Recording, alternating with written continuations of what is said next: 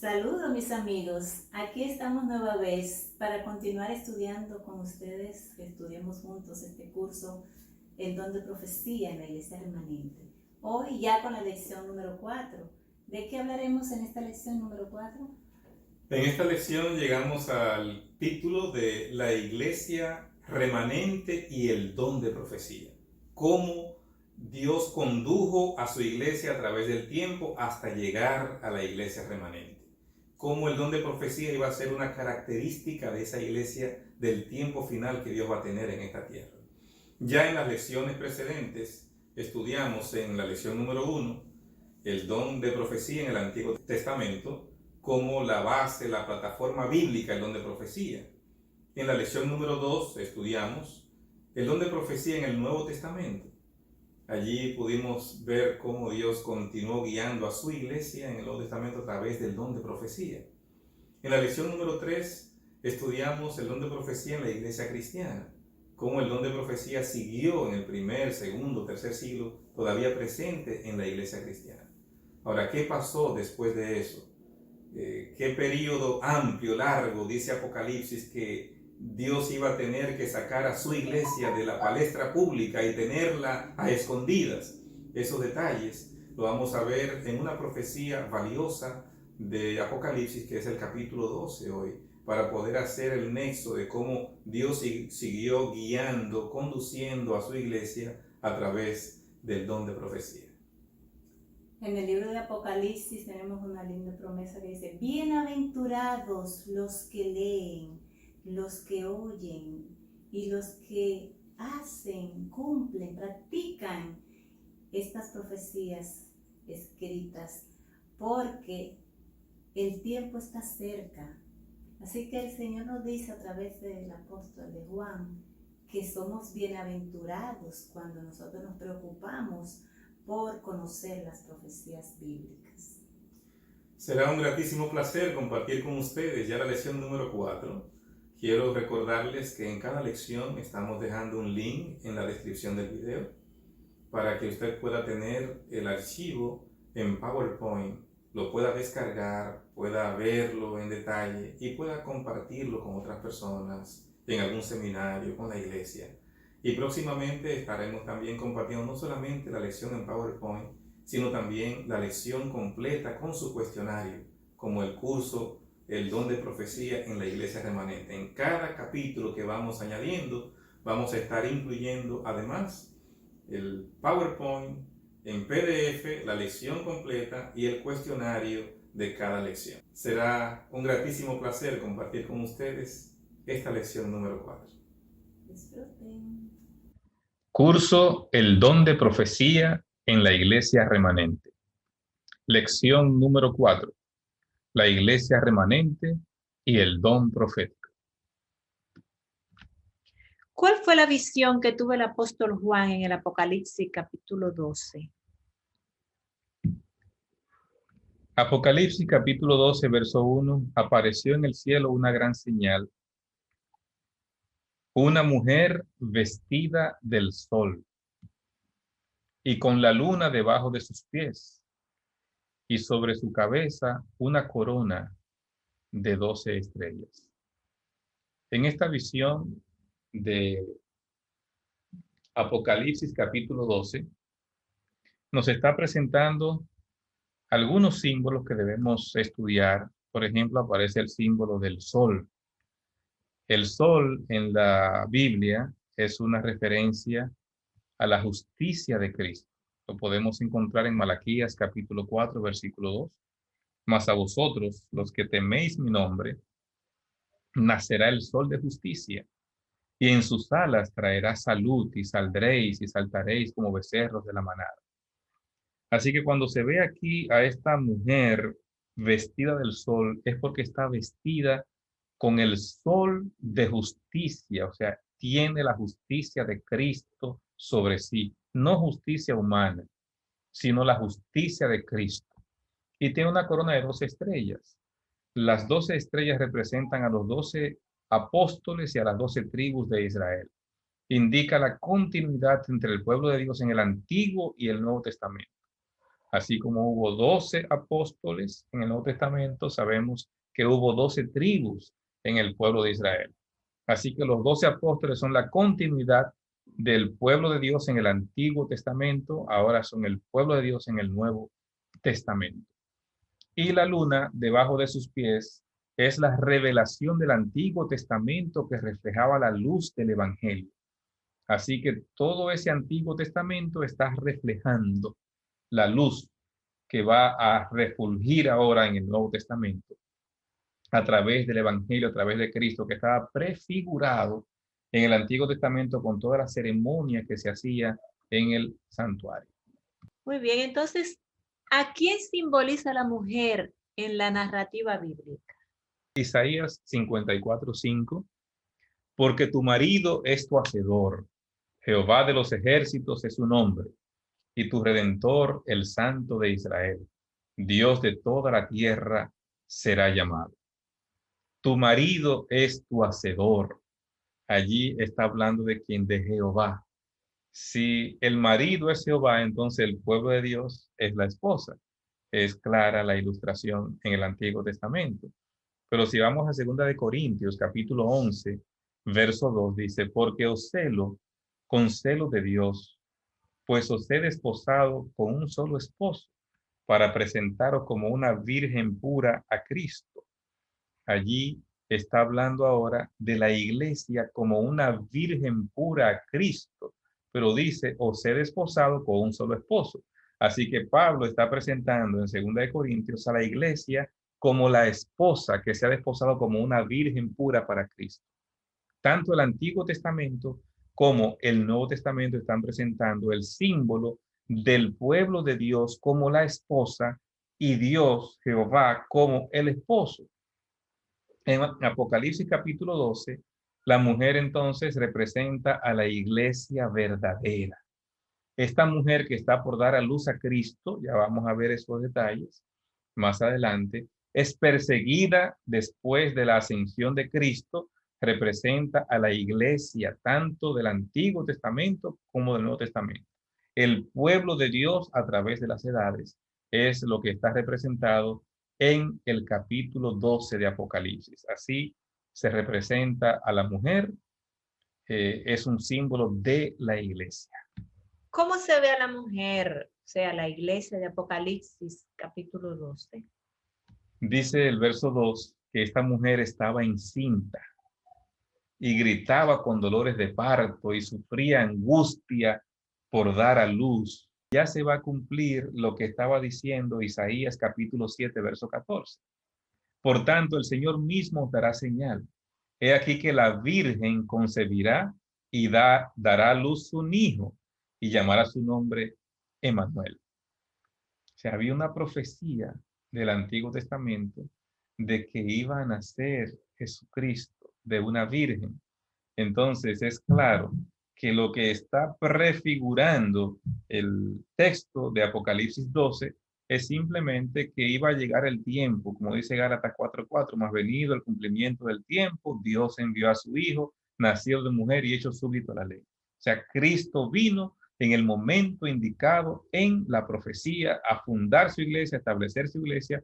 Por eso se ve ahora a la mujer encinta, porque un niño nos es nacido, hijo nos es dado, y el principado sobre su hombro, y se llamará su nombre admirable, consejero, Dios fuerte, Padre eterno, príncipe de paz.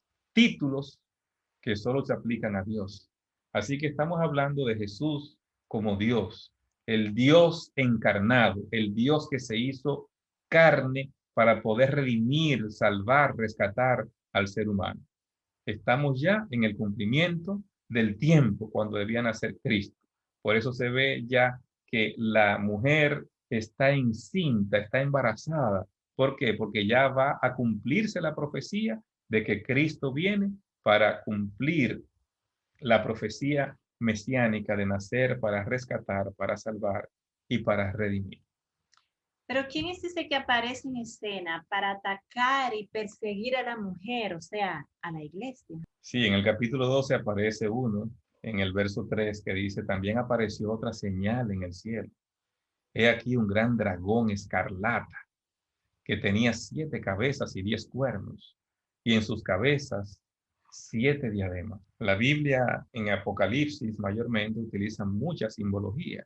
En ocasiones utiliza símbolos que son de animales que existen en la vida real, pero otras veces, como en en esta ocasión del capítulo 12, aparece un animal que no existe en la vida real, es un dragón, solo existe en la mitología. Y un dragón que no tiene una cabeza, tiene 7 cabezas y tiene 10 cuernos en esas 7 cabezas y 10 diademas. Entonces, este dragón es el que aparece en escena ahora en el capítulo 12, versículo 3, después de verse al hijo y a la mujer, entonces ahora aparece el dragón. ¿Quién es el dragón que persigue a la mujer entonces? ¿A quién representa? No hay dudas porque el dragón representa a Satanás. ¿Y dónde podemos encontrar esa descripción? En el mismo capítulo 12. No se dejó lugar a dudas para que ni siquiera estuviera en otro capítulo. En el mismo capítulo 12, en el verso 9, dice, y fue lanzado fuera el gran dragón, la serpiente antigua que se llama Diablo y Satanás, el cual engaña al mundo entero. Fue arrojado a la tierra y sus ángeles fueron arrojados con él. Así que el capítulo nos está diciendo en el versículo 9 que ese que aparece en escena ahora es Satanás, es el diablo, el que engaña al mundo entero, es el que aparece en escena. Tenemos entonces en el capítulo 12 una mujer que representa a la iglesia verdadera.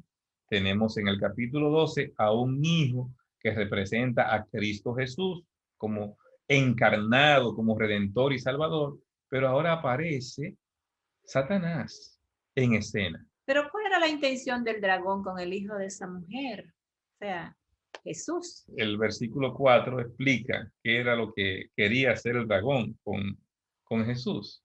Dice que este dragón con su cola arrastraba la tercera parte de las estrellas del cielo y las arrojó sobre la tierra, y el dragón se paró frente a la mujer que estaba para dar a luz a fin de devorar a su hijo tan pronto como naciese.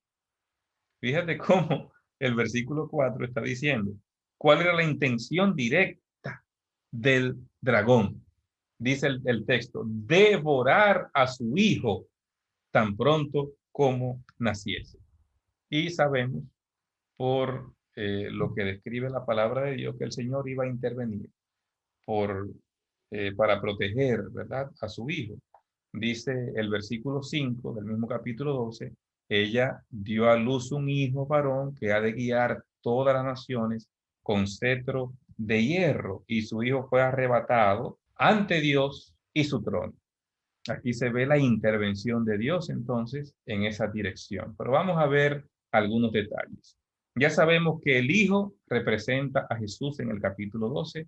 No hay dudas. La descripción es clara de que el Hijo representa a Jesús. Pero ¿cómo podemos explicar que el dragón quería devorar al Hijo?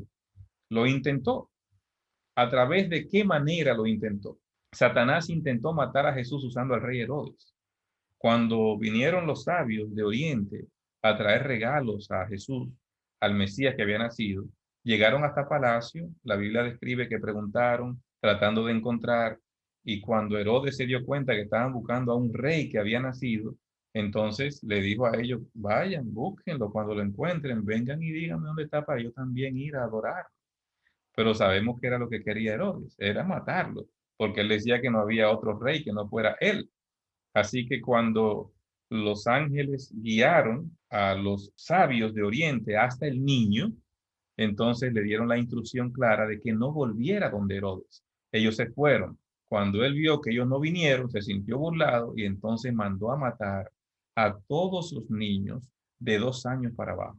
Como no podía identificar quién era el Mesías, todos los niños que tuvieran 2 años o menos los mandó a matar, tratando de que en ese grupo también estuviera el Mesías que había nacido. Pero, ¿qué hizo el Señor? Le avisó a José y le dijo, sal de aquí y vete a Egipto y yo te diré cuándo tú vas a volver para acá. Y entonces Dios hizo la provisión porque dentro de esos regalos que trajeron esos sabios de Oriente había oro. y ese oro le sirvió para sufragar sus gastos de viaje y estadía en Egipto el tiempo que estuvo José y su familia en Egipto, huyendo de las acechanzas del enemigo usando al rey Herodes. Así que allí fue como Satanás, usando a este rey, intentó matar a Cristo siendo apenas un bebé. Pero entonces, algo interesante es que el verso dice, el verso 5, que fue arrebatado para Dios y su trono. ¿Cuándo se dio esto? Bueno, después de Cristo cumplir con su ministerio. Después de los 3 años y medio que Cristo murió, 40 días más, y entonces ascendió al trono de Dios, ascendió al cielo. Explícame entonces, ¿en qué consistió la batalla que hubo entre Cristo y Satanás? Esta es una pregunta que debemos explicarla con detalle para que podamos entenderlo bien. Vamos a leer el verso 7 una vez más. Después hubo una gran batalla en el cielo. Miguel y sus ángeles luchaban contra el dragón. Luchaban el dragón y sus ángeles. Una batalla. ¿Quiénes son los que están allí? Miguel y sus ángeles luchaban contra el dragón y luchaban el dragón y sus ángeles, pero no prevalecieron, ni se halló ya lugar para ellos en el cielo. Así lo describe la palabra de Dios. El verso 9, y fue lanzado fuera el gran dragón, la serpiente antigua, que se llama Diablo y Satanás, el cual engaña al mundo entero. Fue arrojado a la tierra y sus ángeles fueron arrojados con él. Aquí hay una descripción clara de esa batalla. Ahora, a mí me gustaría que pudiésemos ver esta cita que describe los detalles acerca de cómo se da y se cumple esto. Y entonces voy a hacer una explicación después de leer esta cita.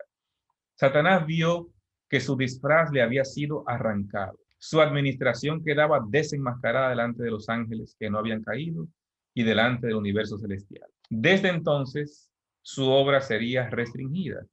Cualquiera que fuese la actitud que asumiese, no podría ya acechar a los ángeles mientras salían de los atrios celestiales, ni acusar ante ellos a los hermanos de Cristo de estar revestidos de ropas de negrura y contaminación de pecado. Estaba roto el último vínculo de simpatía entre Satanás y el mundo celestial. Explicamos entonces, es muy importante, esto está tomado del libro El deseado de todas las gentes, que es una de las mejores biografías de Cristo que se haya escrito jamás. Y está describiendo justamente este momento que estamos explicando aquí. ¿Cómo podemos entender esto? Hay muchas personas que cuando leen Apocalipsis capítulo 12 se ubican inmediatamente en una lucha cuerpo a cuerpo entre los ángeles buenos y los ángeles malos. Pero recuerden que Apocalipsis capítulo 12 está registrando algo que sucede a partir de cuando se da la encarnación de Cristo. Es interesante porque aunque uno puede decir, bueno, sí, hubo una guerra en el cielo no hubo una guerra realmente. Dios tomó un dictamen y mandó a Lucifer y a sus ángeles para esta tierra. Ahora, lo interesante que describe Apocalipsis capítulo 12 es qué pasó a raíz de la victoria de Cristo en la cruz del Calvario. Cuando Cristo cumple su ministerio, 3 años y medio, muere en la cruz. Cuando Cristo está en la cruz del Calvario y muere, ¿qué es lo que se da? Lo que está diciendo el deseado de todas las gentes. Satanás vio que su disfraz le había sido arrancado. ¿Cuál era el disfraz? Acusador. Acusaba a Dios. Terrible. La forma como acusaba a Dios de cosas infames. Ahora, cuando Cristo muere, se devela el disfraz del enemigo de todas las falsedades y las mentiras que decía acerca de Dios, de que Dios era un tirano y todo esto que decía. Ahora, cuando Cristo muere, se derrama el amor de Dios para la humanidad. Y el universo entero que está pendiente de lo que está pasando en esta tierra, se da cuenta de quién es realmente Luzbel, Lucifer, el diablo, Satanás, la serpiente antigua, como le llama el capítulo 12. Así que ya no hay más disfraz. Si nosotros nos vamos al libro de Job, uno puede ver que van los hijos de Dios a presentarse delante de Dios, entre los cuales también estaba Satanás. ¿Cómo Satanás tenía derecho de, según lo que narra el libro de Job, de ir a un concilio que se estaba haciendo en el cielo? Lo que describe Job es que la soberanía que tenía Adán cuando pecó se la cede a Lucifer. Y él iba a esos concilios y entonces él estaba acusando, siendo el acusador en esos concilios. Por lo tanto, ahora su disfraz le ha sido arrancado una vez Cristo muere. Su administración queda desenmascarada delante de los ángeles que no habían caído. Ya desde la muerte de Cristo no puede entrar más a los concilios celestiales. Desde la muerte de Cristo su obra queda restringida. Ha sido echado fuera del cielo. Él y todos sus ángeles que estaban con él han sido arrojados. Ya no puede ir a esos concilios. ¿Por qué? Porque se develó quién era él. Ya no podía acechar a los ángeles mientras salían a los atrios celestiales. Ya no podía acusar ante ellos a los hermanos de Cristo de estar revestido de ropas de negrura. Ya se le acabó. ¿Cuándo? Cuando Cristo murió. Estaba roto el último vínculo de simpatía entre Satanás y el mundo celestial. Así que esa lucha que se da es una lucha espiritual. ¿Y la ganó quién? La ganó Cristo. Cuando Cristo vence, entonces allí se desenmascara el enemigo, se desenmascara el mal, las mentiras, las falsedades, y entonces ya no puede entrar más al cielo como narra Job. Apocalipsis 12:10 dice lo siguiente, para que lo podamos entender todavía mejor.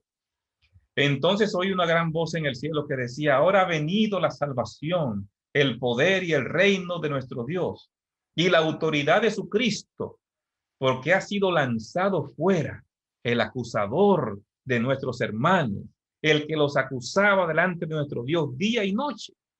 Allí está claramente diciendo el versículo 10 que fue lanzado fuera el acusador que acusaba a quienes, a nuestros hermanos día y noche. Ese afán que tenía de acusar, de juzgar, ya se le acabó cuando Cristo murió. Así que cuando el Hijo fue arrebatado para Dios y su trono, después de alcanzar la victoria, entonces ya Satanás quedó desenmascarado, ya no puede entrar más a los atrios celestiales. Y quiero añadir este texto de Juan 12:31. Juan 12:31 dice, ahora es el juicio de este mundo. Ahora el príncipe de este mundo será echado fuera. ¿Quién es el príncipe de este mundo? A quien tristemente Adán le cedió su autoridad cuando pecó. Y aquí Jesús se está refiriendo al príncipe de este mundo, refiriéndose a quién, a Satanás. Entonces dice, ahora es el juicio de este mundo. Ahora el príncipe será echado fuera. ¿Cuándo iba a hacer eso? Cuando Cristo venciera. Cristo dijo esto antes de morir. Así que cuando Cristo venció, se cumple lo que Jesús dice. Ahora, el príncipe será echado fuera. ¿Cuándo fue echado fuera de los atrios celestiales? Para no acusar más a los hijos de Dios, cuando Cristo muere en la cruz del Calvario. Así que esa lucha es a la que se refiere Apocalipsis capítulo 12. Excelente, está muy claro. Ahora dime, ¿cómo se profetiza la victoria de la iglesia sobre Satanás? Apocalipsis 12, verso 11, dice, y ellos le han vencido por medio de la sangre del Cordero y de la palabra del testimonio de ellos, y menospreciaron sus vidas hasta la muerte. El verso 11 dice claramente que la victoria de los hijos de Dios sobre el dragón, sobre ese acusador, es por medio de la sangre del Cordero. O sea, se destaca claramente que es que Cristo murió. Es la victoria que Cristo tuvo y que estas personas menospreciaron sus vidas. O sea, están dispuestos hasta morir por ese Cordero, por ese Cristo viviente.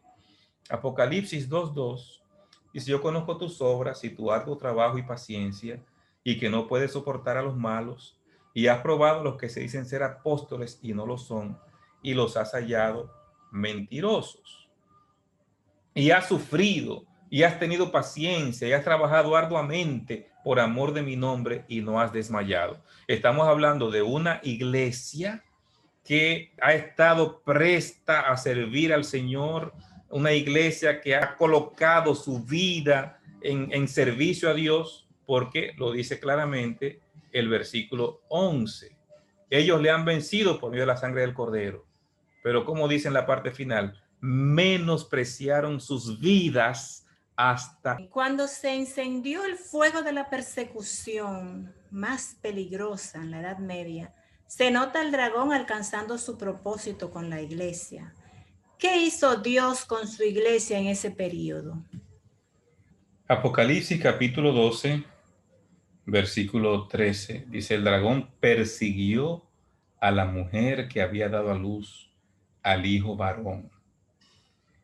Y se le dieron a la mujer las 2 alas de la gran águila para que volase delante de la serpiente al desierto, a su lugar, donde es sustentada por un tiempo, tiempos y la mitad de un tiempo. Lo primero que dice es que el dragón persiguió a la mujer. Sabemos que el dragón representa a Satanás y la mujer representa a la iglesia. Así que lo que está diciendo Apocalipsis capítulo 12 es que Satanás comenzó una etapa de persecución contra la iglesia de Dios. ¿Cómo podemos nosotros entender esto? Las persecuciones se dan en 2 etapas. La primera etapa de las persecuciones fue con el Imperio Romano. Con el Imperio Romano hubo 10 grandes persecuciones de 10 emperadores diferentes contra la iglesia de Dios. La última de ellas fue la de Diocleciano del 303 al 313. Un emperador que dijo: voy a raer de la faz de la tierra la existencia del cristianismo. Él dijo eso y él creía que podía hacer eso. Sin embargo, nosotros sabemos que lo que hizo el cristianismo fue crecer y desarrollarse más a pesar de las persecuciones del Imperio Romano. Murieron miles de cristianos, pero otros venían, ocupaban su lugar y seguía la iglesia avanzando. Pero se dio otra etapa y es las persecuciones que se dieron de parte de una iglesia que surge, y entonces esa iglesia persigue a los que no creen como ella. Y entonces comienzan las persecuciones de la iglesia contra los que no estaban de acuerdo con sus doctrinas, porque se apegaban a la Biblia y al consejo y al mensaje de la palabra de Dios. Y es a eso que se refiere Apocalipsis 12 cuando dice: se le dieron a la mujer las 2 alas de la gran águila para que volase delante de la serpiente al desierto, a su lugar, donde es sustentada por tiempo, tiempos y la mitad de un tiempo.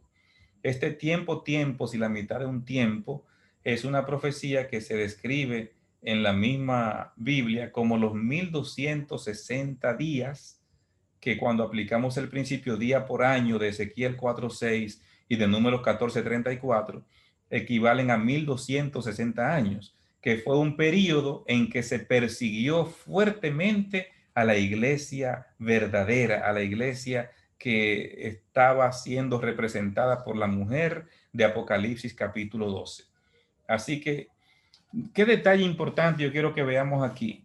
En este versículo 14 dice que la mujer es protegida, se le dan alas para que vuele de delante de la serpiente al desierto. O sea, Dios saca a su iglesia verdadera de donde estaba la palestra pública, donde estaba el mundo de ese entonces, y la lleva al desierto. Dice el versículo 6, y la mujer huyó al desierto, donde tenía un lugar preparado, donde tenía un lugar que Dios le había preparado para ser alimentada allí durante 1260 días. Fíjense cómo el tiempo, tiempos y medio tiempo, el verso 14, en el verso 6 dice que es 1260 días. Cuando aplicamos el principio, son 1260 años.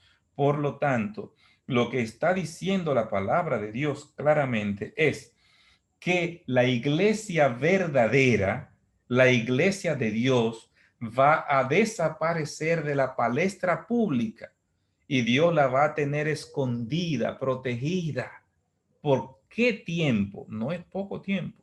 Por el tiempo de la supremacía de ese poder político religioso que va a dominar el mundo durante esos 1260 años, del 538 hasta el 1798. No vamos a encontrar a la iglesia verdadera en la palestra pública, en escena. Dios la tiene escondida entre cuevas, entre montañas, fuera de la ciudad, los cristianos sirviendo a Dios con libre conciencia, pero no en las grandes ciudades, no una iglesia visible y pública, escondida. Así es como lo presenta Apocalipsis capítulo 12. Todas esas persecuciones, tanto del Imperio Romano como de esta iglesia que surgió, que persigue a los cristianos, fue el periodo que se describe como el periodo de supremacía de este poder político, que va desde el 538, cuando el poder papal sube al trono, hasta 1798, cuando el Papa Pío VI fue tomado preso por Berthier, general de Napoleón Bonaparte, y donde un año más tarde muere en el exilio en Avignon de Francia. Por lo tanto, ese periodo de supremacía del poder papal es el periodo que la iglesia genuina, verdadera, el Señor dice, le di alas a la mujer, la voy a esconder, la voy a proteger por 1260 años. Así que ese periodo abarca desde Virgilio I, cuando asciende al trono papal con poderes políticos y religiosos, hasta que el general Berthier, general de Napoleón, toma preso al Papa Pío VI y lo manda a Avignon, Francia. Ese periodo es el que la Biblia llama tiempos y medio tiempo, o los 1260 años. ¿Cuándo fue que Berthier hizo eso? El 10 de febrero de 1798, y proclamó una república que abarcaba media Europa bajo las órdenes y legislación de Napoleón, con lo que el papado fue prácticamente muerto en ese entonces. Es lo que Apocalipsis capítulo 13 llama la herida de muerte que se le asestó al papado.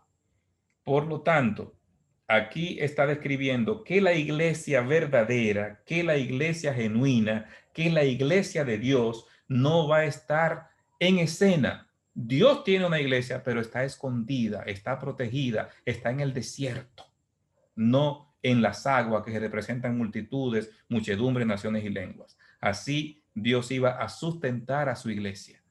La iglesia de Dios no existía como una organización durante los 1260 años. Dios no la iba a tener en la palestra, sino oculta, escondida, pero viva, vigente. Wow. Nueva vez la serpiente, Satanás, ataca a la mujer, que es la iglesia. ¿Cómo fue protegida en esa fase final entonces la iglesia? Aquí sigue el Señor dirigiendo, ¿verdad?, a través del tiempo a su iglesia y protegiéndola. El verso 15 del capítulo 12 describe: la serpiente arrojó de su boca tras la mujer agua como un río, para que fuese arrastrada por el río. O sea, ¿qué está haciendo el enemigo? La serpiente es el diablo, ya lo vimos en el versículo 7. Arroja tras la mujer. ¿Quién es la mujer? La iglesia. Agua. ¿Qué representa agua? Apocalipsis 17, 15 dice que las aguas representan pueblos, muchedumbres, naciones y lenguas.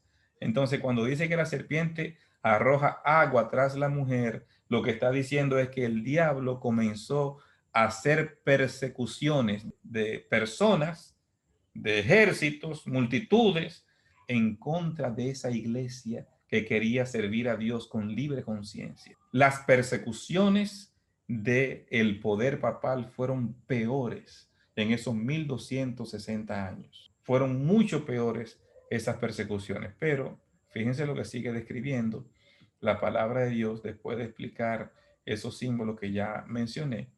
La tierra ayudó a la mujer, pues la tierra abrió su boca y tragó el río que el dragón había echado de su boca. Está describiendo claramente la palabra de Dios que la tierra ayudó a la mujer. Si podemos hacer una correspondencia con esta simbología, entonces podemos decir que tierra es igual a poca gente. Si agua representa pueblo, muchedumbre, naciones y lenguas, el contraste de agua es tierra.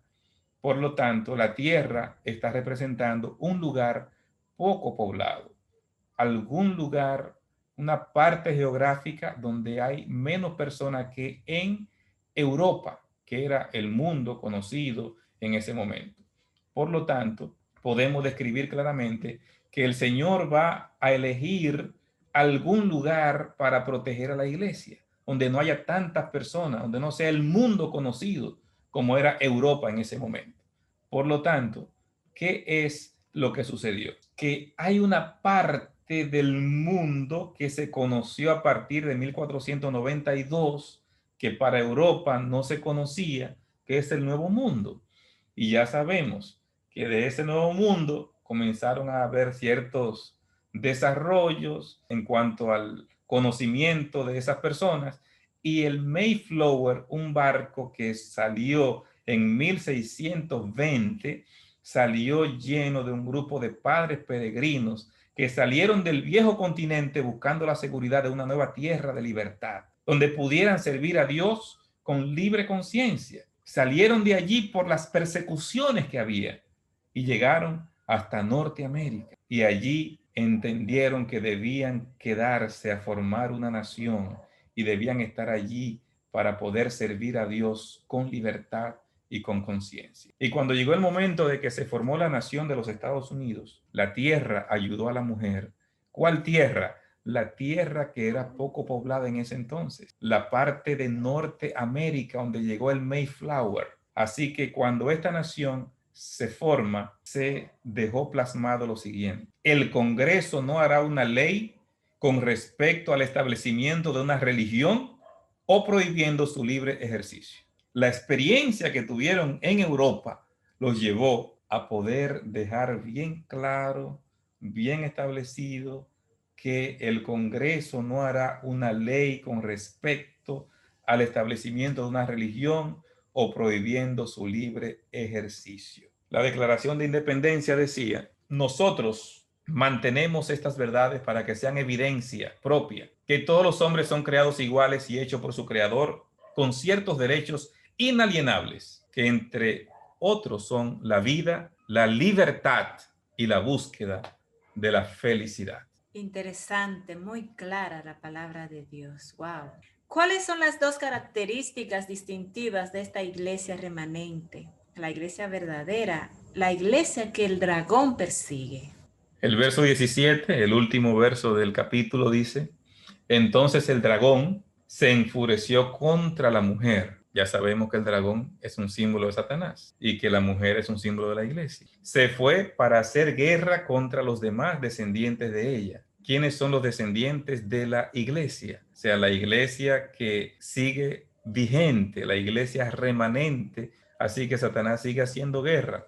Y para que no haya dudas acerca de quiénes son, da dos características. Dice: quienes guardan los mandamientos de Dios y tienen el testimonio de Jesucristo. ¿Cuál es la iglesia que persigue el dragón? Los que guardan los mandamientos de Dios. No 7, no 8, no 9, los 10 mandamientos, como está descrito en Éxodo capítulo 20, los versos 3 al 17. La palabra de Dios es clara. La iglesia debe tener dos características. La iglesia que el dragón persigue, la iglesia de Dios, la iglesia verdadera, tiene dos características: guarda los mandamientos de Dios y tiene el testimonio de Jesucristo. El texto habla del testimonio de Jesucristo. ¿Qué es el testimonio de Jesucristo? Apocalipsis 19:10 describe lo que es el testimonio de Jesucristo, que menciona Apocalipsis 12:17. El 12:17 dice dos características: guarda los mandamientos de Dios y tiene el testimonio de Jesucristo. El 19:10 dice: yo me postré a sus pies para adorarle, y él me dijo: mira, no lo hagas, yo soy consiervo tuyo y de tus hermanos que retienen el testimonio de Jesús. Adora a Dios, porque el testimonio de Jesús es el espíritu de la profecía. Dos características debía tener la iglesia a la que el dragón persigue, que es la iglesia de Dios, que es la iglesia verdadera. Número 1, guarda los mandamientos de Dios. Número 2, tiene el testimonio de Jesucristo. Y en el mismo libro de Apocalipsis nos explica a qué se refiere el testimonio de Jesús. Dice el 19:10 que es el espíritu de la profecía. O sea, la conducción profética. Dios va a darle el don de profecía a su iglesia remanente. Dios le va a dar el espíritu de profecía a su iglesia remanente. Va a haber una conducción profética especial de parte de Dios para su iglesia remanente, para Dios poderla guiar adecuadamente. En el capítulo 22, el versículo 8, dice: yo, Juan, soy el que oyó y vio estas cosas, y después que las hube oído y visto, me postré para adorar a los pies del ángel que me mostraba estas cosas. Pero él me dijo: mira, no lo hagas, porque yo soy consiervo tuyo y de tus hermanos los profetas, y de los que guardan las palabras de este libro. Adora a Dios. El capítulo 19, verso 10 es muy parecido al 22:9. El ángel le dice otra vez: yo soy consiervo tuyo y de tus hermanos. ¿Quiénes? Los profetas. Si nosotros podemos ver el paralelismo en los dos versos, nos damos cuenta que lo que llama el ángel el espíritu de profecía, en el 19:10 ahora lo llama los profetas en el 22:9. O sea, Dios iba a dar una manifestación especial del don de profecía en su iglesia remanente. Por eso Dios dice que su iglesia remanente es la que guarda los mandamientos de Dios y la que tiene el testimonio de Jesús, que es el espíritu de profecía, que es la conducción profética de Dios para esta iglesia final. Interesante. ¿Por qué es tan importante la presencia del don de profecía en la iglesia del tiempo final de la historia de este mundo? Oseas 12:13 dice: y por un profeta Jehová hizo subir a Israel de Egipto, y por un profeta fue guardado. ¿Qué nos está diciendo Oseas? Que Dios guió a su pueblo y protegió a su pueblo a través del don de profecía. Por un profeta, el Señor los hizo salir de Egipto, y por un profeta los guardó, los protegió durante todo ese tiempo. O sea, Dios condujo a su pueblo a través del don de profecía. Por lo tanto, la iglesia final de Dios en la tierra también necesita tener una conducción profética igual. Dios no va a dejar a su iglesia sin conducción profética, sin guía profética. Y Proverbio 29:18 dice: sin profecía el pueblo se desenfrena, mas el que guarda la ley es bienaventurado. O sea, si no hay conducción profética, el pueblo se desenfrena, el pueblo se disipa. Dios necesita que la profecía esté presente en su iglesia remanente. Esa es la importancia que tiene. Y por eso la iglesia remanente de Dios es la que guarda los mandamientos de Dios y tiene el testimonio de Jesús, que es el espíritu de la profecía, que es la conducción profética del pueblo de Dios a través de las edades. Que el Señor nos bendiga y nos ayude cada día a entender la importancia de la conducción profética y poder nosotros valorar esa conducción profética, apreciar y ser guiados por esa conducción profética que Dios ha dado a su iglesia remanente. Amén. Bendiciones.